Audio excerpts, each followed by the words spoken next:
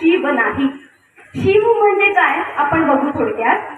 शिव म्हणजे एक पुल्लिंगी शक्ती आहे, पुरुषत्व आपण म्हणतो त्याला आपण शिव म्हणतो. शिव शिव हा निष्क्रिय शब्द आहे. निष्क्रिय म्हणजे त्याच्यामध्ये ना आत्मा नसतो, तो हालचाल स्वतःच्या ताकदीने करू शकत नाही.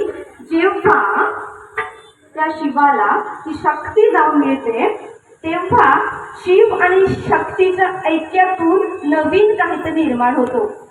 शिवाचं वर्णन शिवतांडव नृत्य ज्यांनी लिहिलं ते कोणी लिहिलं माहितीये? शिवतांडव नृत्य कोणी लिहिलं? रावणांचे उपकार आहेत.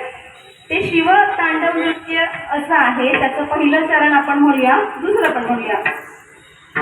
जटाटवी गलज्जल प्रवाह पावितले गले वनम्य रम्य